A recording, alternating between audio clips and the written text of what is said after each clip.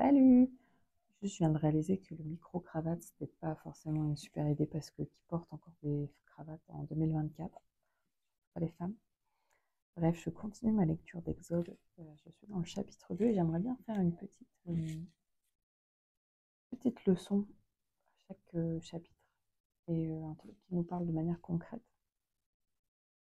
Donc là, ce que j'ai à cœur, c'est que dans le chapitre 2, on voit que la sœur de Moïse, elle a suivi, une fois que la mère a mis Moïse dans l'eau, elle l'a caché dans sa corbeille de papyrus et qu'elle l'a mis sur le Nil.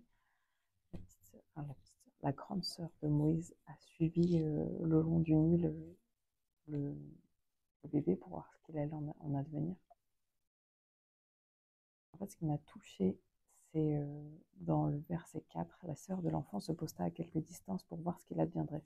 Quand on lit la suite du chapitre, on voit que la fille du pharaon, elle trouve Moïse et que la petite fille, elle sort de nulle part et elle dit: «Oh, c'est un enfant hébreu, est-ce que tu veux que j'aille te chercher une nourrice pour l'allaiter?»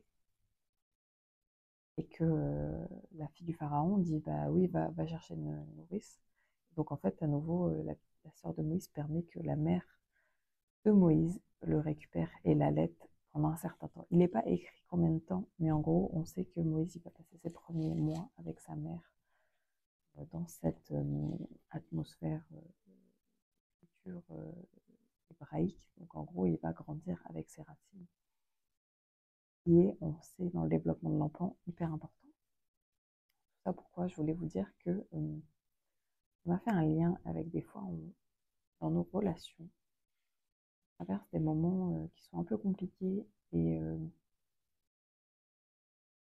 on va parler des relations, par exemple, amoureuses. On est dans une société où on veut que tout aille très vite, où on veut que les choses soient faites selon notre timing, selon la façon dont elles doivent se passer. Voilà, on est dans une société, par exemple, où il faut coucher rapidement pour être sûr d'être compatible. Si la première fois que tu couches avec quelqu'un, ça se passe pas bien, il faut le virer parce que c'est mauvais présage, bref. Et en gros, souvent, quand il y a des choses qui vont pas dans le sens qu'on espère, le conseil du monde, c'est habitue-les à ton absence. Voilà, si les gens ne sont pas capables de se rendre compte de ta importance. Donc le conseil du monde, c'est habitue-les à ton absence. Voilà, que ouais, on peut pas continuer à donner à des gens qui savent pas recevoir ou qui se rendent pas compte de ta valeur. Bref.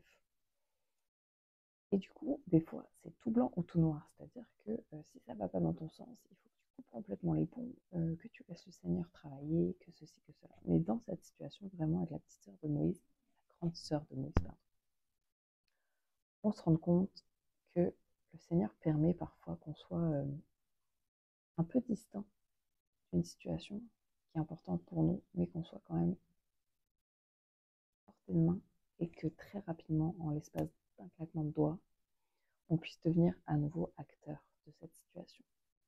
Et acteur clé, en fait. Si la sœur de Moïse n'avait pas suivi, si elle n'avait pas été là à ce moment-là, au moment où la fille du pharaon récupérait Moïse dans son couffin, et ben en fait, Moïse, il n'aurait pas pu être il n'aurait pas pu être récupéré par sa mère, et il n'aurait pas pu grandir avec sa mère pour les premiers mois.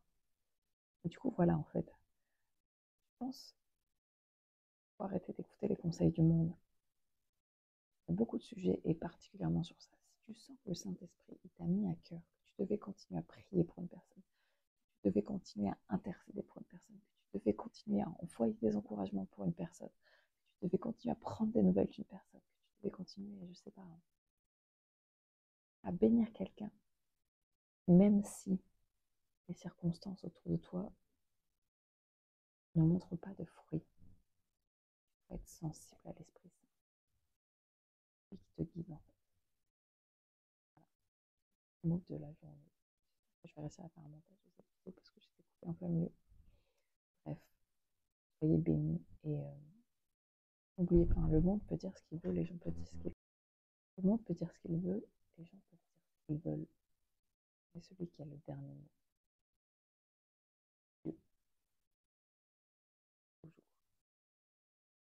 Faites confiance. Il a mis dans votre cœur. Soyez bénis.